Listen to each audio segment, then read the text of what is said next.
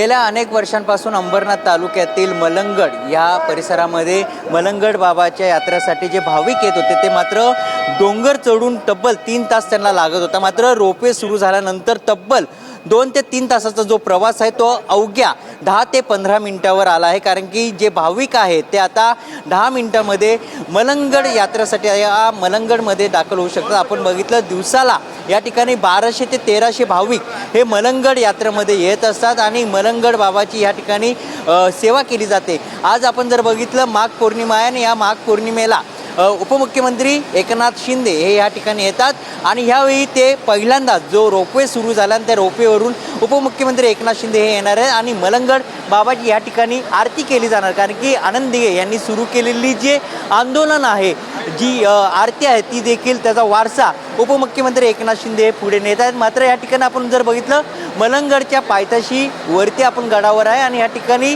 ज्या रोपवेसाठी जे गेल्या अनेक वर्षांपासून जे काम सुरू होतं ते अखेर पूर्ण झालं आणि या ठिकाणी आता ह्या रोपवे सुरू झाल्यात। अनेक भाविक या रोपवेचा लाभ घेत आहेत आणि प्रत्येक वेळी जे गडावर भाविक जात होते तब्बल 3 तास त्यांना गड चढावा लागत होता। मात्र आता अवघ्या 10 मिनिटांमध्ये ह्या रोपवेच्या सहाय्याने भाविक आता ह्या मलंगड यात्रेसाठी या मलंगड गडावर या ठिकाणी येताना आपल्याला दिसत आहे। कॅमेरा गणेश राठेसह मयूरज जाधव, TV9 मराठी, अंबरनाथ मलंगड।